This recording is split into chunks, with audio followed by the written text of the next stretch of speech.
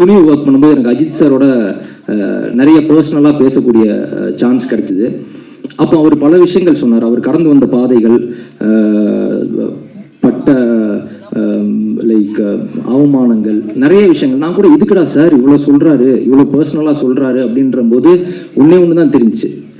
நான் யோசிச்சு பார்த்தேன், ஏன் இதெல்லாம் சொல்லிட்டு இருக்காருன்னா, ஒரே ஒரு விஷயம், அவர் சக்ஸஸ்ஃபுல்லாக இருக்காரு. இன்னைக்கு போயிட்டு இங்கே உள்ள யார்கிட்ட கேட்டிங்கனாலும் அவங்க எல்லாருமே இதை கடந்து தான் வந்திருப்பாங்க. ஆனால் ஒரு சக்ஸஸ்ஃபுல்லாக இருக்கிறவங்க அதை நம்மள்கிட்ட சொல்லும் போது நம்மளும் ஃபியூச்சரில் அந்த சக்ஸஸ் ஆகும் அப்படின்ற ஒரு நம்பிக்கை வரும். இன்னைக்கு நீங்கள் வேற யார்ட்டையா கேட்டிங்கன்னா கூட அந்த விஷயத்த சொல்லுவாங்க. பட் அஜித் சார் வந்து நான் சின்ன வயசுலேருந்து எங்கள் வீட்டில் எங்கள் அப்பாவுக்கு ரொம்ப பிடிக்கும், எல்லாருக்குமே பிடிக்கும். அவர் வந்து இந்த விஷயங்கள்லாம் சொல்லும்போது ரொம்ப ஒரு நம்மளுக்கே ஒரு இதெல்லாம் அவர் கடந்து வந்து இங்கே இவ்வளோ தூரத்தில் நிற்கிறாரு. இப்போ நம்மலாம் வந்து ஒண்ணுமே கிடையாது. சென்சேஷன், ஒரு சென்சேஷன் தான் இங்க வந்து பேச போறாரு. பிக் பாஸோட சென்சேஷன் மட்டும் இல்ல, இன்னைக்கு வந்து எல்லா யங் கேர்ள்ஸோட ஹார்ட் த்ராபா வந்து மாறி இருக்கிற ஒரு சென்சேஷன் அப்படின்னு சொல்லலாம். இந்த படத்தோட மெயின் லீட் ஆக்டர் சிவி அவர்களை மேடைக்கு அழைக்கலாம். Shivi, you look dashing as always. Over to you. Hello ma'am, Bigg Boss முடிஞ்சு 2 வருஷம் ஆயிடுச்சு. ஆக்சுவலாக நான் இங்கே வரும்போது பிரசாத் ஸ்டூடியோ வழியாக வரும்போது பார்த்துட்டு இருந்தேன். இந்த வடபழனி கோடம்பாக்கம் ஏரியாவில் உள்ள முக்காவாசி ஆஃபீஸில் ஃபோட்டோஸ் கொடுத்துருக்கேன் நடிக்க சான்ஸ் கேட்டு. ஸோ அப்படி கொடுத்துட்டே இருக்கும்போது முயற்சி செஞ்சுட்டே இருந்தால் எங்கேயாவது ஒரு இடத்துல பலன் இருக்குன்ற மாதிரி ஷார்ட் ஃபிலிம்ஸ் பண்ணுற வேலையை கரெக்டாக பண்ணால் அது மூலிமா இன்னொரு ஆப்பர்ச்சுனிட்டி வரும்னு வேறு எதையுமே நான் நம்ப மாட்டேன். போய் கெஞ்சுறதோ இல்லை போயிட்டு ரொம்ப நேரம் நின்னா கிடைக்குமோ அதை நான் ரொம்ப விரும்பவும் மாட்டேன், நம்பவும் மாட்டேன். நான் பண்ணுற வேலை கரெக்டாக இருந்துச்சுன்னா அதுக்கான வாய்ப்பு வரும்ன்றதை நம்பி தான் நான் முதல்ல ஒரு ஷார்ட் ஃபிலிமில் ஆரம்பித்தேன். ஒரு 5000 ரூபாயை வச்சு எடுத்தோம் ஃப்ரெண்ட்ஸ்லாம். ஸோ அது மூலிமா எனக்கு அடுத்தடுத்த வாய்ப்புகள் இன்னைக்கு வரைக்கும் வந்திருக்கு. ஸோ இதுக்கு நான் நிறைய பேருக்கு தேங்க்ஸ் சொல்லணும். பட் அது எல்லாத்துக்கும் மேலே நான் என் மேலே வச்சுருக்க கான்ஃபிடென்ஸ், நான் பெரிய தேங்க்ஸ் சொல்லணும். ஏன்னா நான் வந்து ஒரு 10 வருஷமாக இதில் இருக்கேன்னா மேக்ஸிமம் பார்த்தீங்கன்னா ஒரு 150 நாள் நடிச்சிருப்பேன், 3650 நாளில். ஸோ மீதி இருக்கிற 3500 நாள் நம்ம மென்டல் ஹெல்த் ரொம்ப முக்கியம்.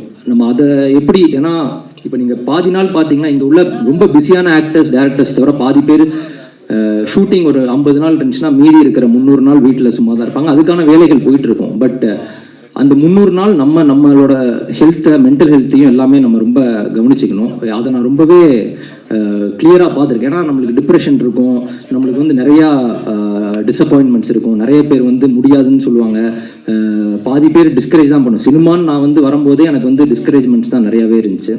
ஸோ அதை தாண்டி இன்றைக்கி நான் வந்து வஞ்சகர் உலகம்னு ஒரு படம் பண்ணியிருக்கேன். அப்புறமா மாஸ்டரில் விஜய் சார் கூட நடிச்சிருக்கேன்.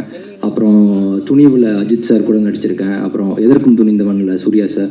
ஸோ இந்த மாதிரி இவங்களெல்லாம் நான் பார்க்க முடியுமான்னு நினச்சிட்டு இருந்த ஆட்களோட நான் நடிச்சிருக்கேன். ஸோ இது எல்லாமே பெரிய முயற்சி பண்ணது தான். நான் ஏன் இதுக்கு இந்த மென்டல் ஹெல்த் பற்றி இதை இப்போ நான் பேசினேன்னா, இந்த படம் அதை பற்றி பேசியிருக்கேன். ஆக்சுவலாக இதில் நான் இந்த கதையை ஸ்க்ரீன் பிளேவாக படிக்கும்போது எனக்கு மெயினாக அது ஒரு மெயின் விஷயமா பட்டது அந்த மென்டல் ஹெல்த். அது ஆக்சுவலாக ஏன்னா இதில் நான் என்ன கேரக்டர்னு ஆக்சுவலாக இப்போ சொல்ல முடியாது. பட் வந்து இந்த மென்டல் ஹெல்த்ன்றது ரொம்ப முக்கியம். ஆக்சுவலாக இந்த சின்ன பையன் ஒருத்தர் நடிச்சிருக்காரு, அபிஷேக் ஜெயின்னு. ரொம்ப அற்புதமாக பண்ணியிருக்காரு. நான் படம் பார்த்துட்டேன். ரொம்ப நீங்கள் படம் முடிச்சு வரும்போது கண்டிப்பாக அவர் கேரக்டரை பற்றி பேசுவீங்க. இன்னொன்று இதில் ஃபர்ஸ்ட்லேருந்தே ஒரு ஹீரோயின்ற ஒரு கான்செப்ட்லேயே இல்லை படம். இது வந்து பார்த்தீங்கன்னா ஃபுல்லாகவே ஒரு 6 கேரக்டரை பற்றின ஒரு விஷயம் தான். ஸோ இதில் ஒன் ஆஃப் த கேரக்டர் தான் நான். பட் நீங்கள் சொன்ன மாதிரி பிக் பாஸ் முடிச்சு வரும்போது எனக்கு தெரியும் பிக் பாஸ்ன்றது ஒரு டெம்பரரியான ஒரு விஷயம் தான். ஏன்னா முடிச்சு வரும்போது என்னை சுற்றி ஒரு 1000 கேமரா இருந்துச்சு. ஒரு 3 மாதம் 4 மாதத்தில் பாதிக்கு பாதியாச்சு. அப்புறம் அப்படியே கம்மியாகும். நம்ம பண்ணுற வேலைக்கான விஷயங்கள் தான். இன்றைக்கி இது வந்து நான் பிக் பாஸ் போகும்போது எனக்கு தெரியும், வெளியே வந்தேன்னா இது நடக்கும். இதை தாண்டி இதை நம்ம அப்பயே யோசிச்சிட்டோம்னா நம்மளுக்கு டிசப்பாயின்மெண்ட் இருக்காது. இல்லை வந்தவொன்னே நம்மள ஒரு 10 பெரிய டைரக்டர் வந்து கூப்பிட்டுருவாங்க, படம் பண்ணிடலாம் அப்படின்னு ஒரு டெலியூஷனலாக இருந்தோம்னா அது எதுவுமே நடக்காதுன்னு தெரியும். அந்த டைமில் நம்ம ஒரு படம் இப்போ ஸ்டார்ட் பண்ணி போகிறோம்னா கண்டிப்பாக அந்த படத்தில் ஒரு 1.5 years ஆச்சு நம்ம ட்ராவல் பண்ணுவோம் ரிலீஸ் வரைக்கும். ஸோ அந்த 1.5 years நம்ம லைஃபோட ரொம்ப முக்கியமான டைமை யார்கிட்ட கொடுக்குறோன்றது முக்கியம். கதை ரொம்ப முக்கியம் தான். பட் அதெல்லாம் தாண்டி ஒரு டீமோட ஒர்க் பண்ணுறோம்னா அந்த டீமோட வைப் ரொம்ப முக்கியம். ஸோ அப்படி பார்க்கும்போது நான் வந்து கதைகள் நிறையா வந்துச்சு. இன்னொன்று நமக்கு அமையிறதுன்னு ஒன்றும் இருக்குது. நம்ம அப்படி பண்ணலாம், இப்படி பண்ணலாம், இது பண்ணலாம், அது எல்லாமே நம்ம மனசுக்குள்ளே இருக்கும். பட் அதை தாண்டி நமக்குன்னு சில விஷயங்கள் அமையும். அப்படி அமைஞ்சது தான் இந்த இடி மின்னல் காதல். அந்த டீம் மாதிரி பார்க்கும்போது நான் ஃபஸ்ட்டு பாலாஜி மாதவன் ப்ரோ வந்து கதையை சொன்னார். ஸ்க்ரீன் பிளே படித்தேன், எல்லாமே ரொம்ப நல்லா இருந்துச்சு. பட் அந்த அவர் ஜேசி அவங்க எல்லாருமே பார்த்தீங்கன்னா, இப்போ சாம் ப்ரோ சொன்ன மாதிரி இந்த மேடையில் ஒரு உண்மை இருக்குது, ஒரு நேர்மை இருக்குது. அது ரொம்பவே முக்கியம். எனக்கு பிக் பாஸில் இருக்கட்டும், இல்லை எங்கேயுமே நிறைய பேர் சொல்கிறது கொஞ்சம் உண்மையாக இருக்கிறீங்க. கமல் சாரும் அதான் சொன்னார், நேர்மையாக இருக்கீங்க. எவ்வளோ மேடைகள் கிடைச்சாலும், எவ்வளோ பெட்டிகள் காசுகள் வந்தாலும் அந்த நேர்மையும் உண்மையை விட்டுறாதீங்க, அதுதான் உங்களை கூப்பிட்டு போகும்னு சொன்னார். பட் அதுதான் நானும் நம்புகிறேன். அதே மாதிரி அந்த ட்ராவல் பண்ணுற டீமுமே அதாக இருந்தால் ரொம்ப சந்தோஷமாக இருக்கும். ஸோ அப்படி இருக்கும்போது எனக்கு அந்த ஒரு உண்மையும் நேர்மையும் இன்னைக்கு அவர் பேசும்போதே எனக்கு அவ்வளோ பிடிச்சிருந்துச்சு. ஏன்னா இதுதான் அவர். இன்னொரு பெரிய விஷயம், எவ்வளோ பெரிய பிரச்சனை, எவ்வளோ விஷயங்கள் இருந்தாலுமே அந்த ஃபேஸில் ஒரு ஸ்மைல் இருந்துகிட்டே இருக்கும். இன்னைக்கு அவருக்கு என்ன கோத்ரூ பண்ணிட்டு இருக்காருன்னு எனக்கு தெரியும். சென்சாரில் என்ன ப்ராப்ளம் ஆகிட்டு இருக்குன்னு தெரியும். பட் அது எல்லாத்தையும் தாண்டி அந்த ஒரு எனர்ஜி, அந்த ஒரு விஷயம்லாம் அது அவ்வளோ ஈஸியே கிடையாது. இதை நம்ம நடிக்கவும் முடியாது. இது அவர் ப்ரொடியூசர் டேரக்டர்னு சொல்ல, அவர் எனக்கு தெரிஞ்சு எவ்வளோ மணி நேரம் தூங்குறாருன்னு கூட தெரில. பட் எல்லாருமே கஷ்டம் தான் படுறோம். End of the day success தான் நம்மளை பற்றி பேசும். ஏன்னா நான் துணிவு ஒர்க் பண்ணும்போது எனக்கு அஜித் சாரோட நிறைய பர்சனலாக பேசக்கூடிய சான்ஸ் கிடைச்சிது. அப்போ அவர் பல விஷயங்கள் சொன்னார். அவர் கடந்து வந்த பாதைகள், பட்ட லைக் அவமானங்கள், நிறைய விஷயங்கள். நான் கூட இதுக்குடா சார் இவ்வளோ சொல்கிறாரு, இவ்வளோ பர்சனலாக சொல்கிறாரு அப்படின்ற போது ஒன்று தான் தெரிஞ்சிச்சு. நான் யோசிச்சு பார்த்தேன், ஏன் இதெல்லாம் சொல்லிட்டு இருக்காருன்னா, ஒரே ஒரு விஷயம், அவர் சக்ஸஸ்ஃபுல்லாக இருக்காரு. இன்னைக்கு போயிட்டு இங்கே உள்ள யார்கிட்ட கேட்டிங்கனாலும் அவங்க எல்லாருமே இதை கடந்து தான் வந்திருப்பாங்க. ஆனால் ஒரு சக்ஸஸ்ஃபுல்லாக இருக்கிறவங்க அதை நம்மள்கிட்ட சொல்லும் போது நம்மளும் ஃபியூச்சரில் அந்த சக்ஸஸ் ஆகும் அப்படின்ற ஒரு நம்பிக்கை வரும். இன்னைக்கு நீங்கள் வேற யார்ட்டையா கேட்டிங்கன்னா கூட அந்த விஷயத்த சொல்லுவாங்க. பட் அஜித் சார் வந்து நான் சின்ன வயசுலேருந்து எங்கள் வீட்டில் எங்கள் அப்பாவுக்கு ரொம்ப பிடிக்கும், எல்லாருக்குமே பிடிக்கும். ஸோ அவர் வந்து இந்த விஷயங்கள்லாம் சொல்லும்போது ரொம்ப ஒரு நம்மளுக்கே ஒரு இதெல்லாம் அவர் கடந்து வந்து இங்கே இவ்வளோ தூரத்தில் நிற்கிறாரு. இப்போ நம்மலாம் வந்து ஒன்றுமே கிடையாது, இது எல்லாத்தையும் தாண்டினா தான் வர முடியுன்ற ஒரு நம்பிக்கை. ஏன்னா இங்கே ஓடிக்கிட்டே தான் இருக்கணும். எங்கேயுமே சோர்ந்து உட்காந்துட்டோம்னா அப்படியே போயிடுறோம். அது மட்டும் எனக்கு புரியுது. ஏன்னா என் கூட ஆரம்பிக்கும் போது ஒரு 10 years பேக் நிறைய பேர் பயங்கர ஸ்மார்ட்டாக, பயங்கர டேலண்டடாக, எல்லாம் டான்ஸ், ஃபைட்டு, இது அதுன்னு எல்லாமே. பட் அந்த ஒரு மொமெண்ட்டில் கைவிட்டுடுறாங்க. போதுண்டா அப்படின்னு. இன்னைக்கு நான் ஒரு ஃபோட்டோ கொடுத்துட்டு இருக்கும்போதே பல பேர், எதுக்கு பிரதர் நீங்கள் ஃபாரினில் வேலை பார்த்துட்டு இருந்தீங்க, அங்கேயே போயிடலாம். பட் இல்லை, ஒரு நாளைக்கு கண்டிப்பாக ஒர்க் அவுட் ஆகும் நம்பி இவ்வளோ தூரம் வந்து இன்னைக்கு இந்த பிரசாத் ஸ்டூடியோவில் ஒரு படம் வந்து ரிலீஸ் ஆகுதுன்றது எனக்கு வந்து ஒரு மிகப்பெரிய விஷயம். ஏன்னா இதெல்லாம் நடக்குமான்னு நான் வந்து நிறைய இடத்துல யோசிச்சிருக்கேன், கனவு கண்டிருக்கேன். அந்த கனவு இன்னைக்கு கண்டிப்பாக நிஜமாயிருக்கு. இந்த டீமோட ஒர்க் பண்ணதில் எனக்கு உண்மையுமே ரொம்ப ஹாப்பி. ப்ளஸ் வாசு சார், பேரரசு சார், ஆர்பி உதயகுமார் சார், இவங்க எல்லாருமே எனக்கு. வாசு சார் வந்து எங்கள் அப்பா வந்து எப்பயுமே இப்போ வரைக்கும் அதை பற்றி பேசிட்டே இருப்பான். அவர் சத்யராஜ் சார் பெரிய ஃபேன். இன்னொரு விஷயம் நான் சொல்கிறது வந்து, ஒருத்தன் ஒரு ஆக்டராகவோ ஒரு ஹீரோவாவோ ஆகிறதுக்கு ஒரு ஜென்ரேஷன் ஆகுதுங்க. ஏன்னா இப்போ எங்கள் அப்பா டேரக்டர் ஆகணும்னு ஆசைப்பட்டார், அது முடியல. அதுக்கடுத்து நான் ஆரம்பித்தேன். ஒரு ஜென்ரேஷனோட ஆசையை வந்து நிறைவேற்ற முடியுது. இப்போ ஃபார் எக்ஸாம்பிள், இப்போ துருவ விக்ரம் இருக்காரு, இல்லை வேற ஏதாவது பெரிய ஆக்டரோட சன் இருக்காங்கன்னா அவங்க அப்பா பட்ட கஷ்டங்கள், இப்போ விக்ரம் சார் பட்ட கஷ்டமா இருக்கட்டும், அது எவ்வளோ பெரிய விஷயம். அவர் அவ்வளோ தூரம் பண்ணி இங்கே வந்து இவர் இருக்கிறார். அதை தாண்டி அவர் இன்னுமே உழைக்கணும்.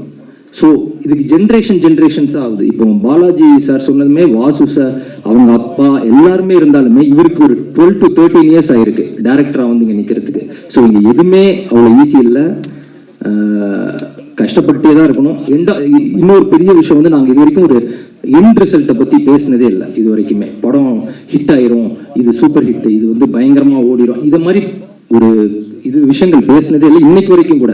நம்ம உண்மையான ஒரு உழைப்பை போட்டிருக்கோம். இந்த உழைப்புக்கான கண்டிப்பாக ஒரு மரியாதை கிடைக்கும். இது நான் ஃபர்ஸ்ட் சொன்ன மாதிரி தான். ஒரு சின்ன ஒரு ஷார்ட் ஃபிலிம் நடிக்கும்போது நம்ம நல்லா பண்ணியிருந்தோம்னா அடுத்த வாய்ப்பு கிடைக்கும்னு நம்பினேன். இன்னைக்கு இங்கே வந்து நிற்கிறேன். அதே தான் பாலாஜி ப்ரோவும், ஜேசி, நான் எல்லாருமே ஒரு உண்மையாக ஒன்று பண்ணியிருக்கோம். இது மூலிமா கண்டிப்பாக எல்லாருக்குமே அடுத்த வாய்ப்பு கிடைக்கும். அவங்க ப்ரொடியூசராக இருக்கனால கண்டிப்பாக பணமும் கிடைக்கும். ப்ரோ கண்டிப்பாக இது ஜஸ்ட் ஸ்டார்ட் தான், இதுக்கப்புறம் நிறையா பண்ணுவோம். என் நம்பிக்கை இருக்குது, இந்த நம்பிக்கையில் தான் ஓடிட்டே இருக்கிறோம். So thank you so much.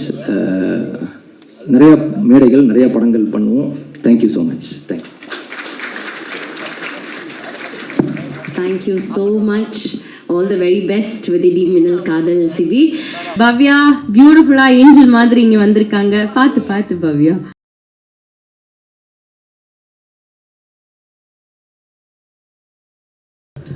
எல்லாருக்கும் வணக்கம். வந்த மீடியாவுக்கு ரொம்ப ரொம்ப நன்றி. ஸோ இடி மின்னல் காதல் பேர்லேயே ரொம்ப வெயிட்டேஜ் இருக்குல்ல, அது மாதிரி கண்டிப்பாக 29th மார்ச்க்கு அப்படியே வெயிட்டேஜ் இருக்கும். ஸோ எனக்கு ஃபர்ஸ்ட் ஆஃப் ஆல் ட்ரீம் வாரியர்ஸ்க்கு ரொம்ப ரொம்ப நன்றி சொல்லணும். நம்மளுக்கு நம்பிட்டு தேர் ரிலீசிங் த ஃபிலிம். அதுக்கப்புறம் நம்மளோட படத்தோட Ram and Lakshman, can you guess? Our director, DOP cum producers, Balaji sir and JC sir, they are like the pillars, and they have during the film அவங்க ரொம்ப like cool minded இருப்பாங்க. I know there were a lot of stress, pressure going on, but ஆனா அவங்க in front of us they never show us that they are pressurized or something. அவங்க full environment ரொம்ப chill, calm, they'll just keep the whole environment very calm and positive. அதனால தான் we could also be positive. And also obviously Ram or the Sita, which is Ramya, அவங்க செட்ல வருவாங்க நம்மளுக்கு motivate பண்றதுக்கு. And JC sir's wife obviously. And also I want to thank the whole team. Sibi, a very good co-star, very good friend. He's very hardworking. ரொம்ப நல்லா இருக்காங்க அவங்க. He's been very supportive actor. I mean very எனக்கும் சில time எனக்கு mood of இருக்கும், ஏதோ இருக்கும். So he's been very motivating in that way. Then Yasmin, she is very beautiful on screen and off screen. Acting, she acts really well. அவங்க performance பாருங்க, பயங்கரமாக இருக்கு. தென் ஜகன், அவங்க நம்மளுக்கு ஒர்க் ஷாப் எல்லாம் எடுத்தாங்க. ஃபர்ஸ்ட்ல I was very scared of him, but then I realise அவங்க ரொம்ப ப்ரொஃபஷ்னலாக இருக்காங்க. And because of that workshop which was conducted by our director, எனக்கும் கான்ஃபிடென்ஸ் வந்தாச்சு to act in a drama, thriller, suspense film. Also Jai Aditya, நான் like I've been I've done many advertisements with Jay. I think அவளுக்கு நான் சின்ன வயசுலேருந்து பார்த்துருக்கேன். நாங்கள் நிறைய ஆட்ஸ் பண்ணியிருக்கேன். அண்ட் இப்போ it feels very proud that I'm working with him in this film and we both have grown together. Touchwood, we'll be working more together. Looking forward. அப்புறம் நிறைய பேர் இருக்காங்க and who are like very supporting. Our villain of the movie, Priya auntie. I don't want to call you auntie. நீங்க அக்கா மாதிரி இருக்கீங்க நீங்க.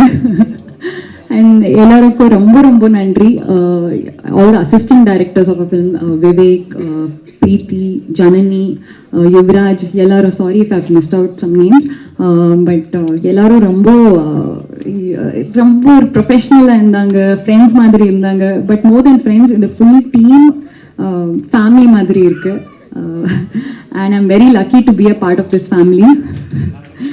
எனக்கு இதுதான் main first family, because obviously my family is there, but after them it's the இடி மின்னல் காதல் team, because this is the first team which made me very comfortable to perform.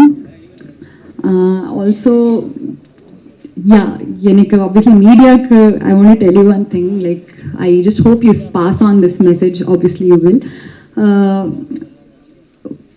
People will come to watch movie. படம் பார்க்குறதுக்கு அது எல்லாருக்கும் விருப்பம் இருக்கும்.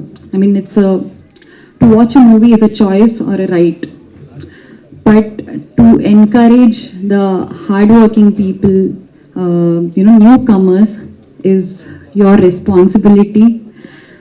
So please நம்மளுக்கு சப்போர்ட் பண்ணுங்க, நம்ம மூவி பாருங்க 29th மார்ச்க்கு. I'm sure you all will like our performance. Thank you so much. ரொம்ப நன்றி பாவ்யாத்ரிகா அவர்களே, அழகா பேசுனீங்க.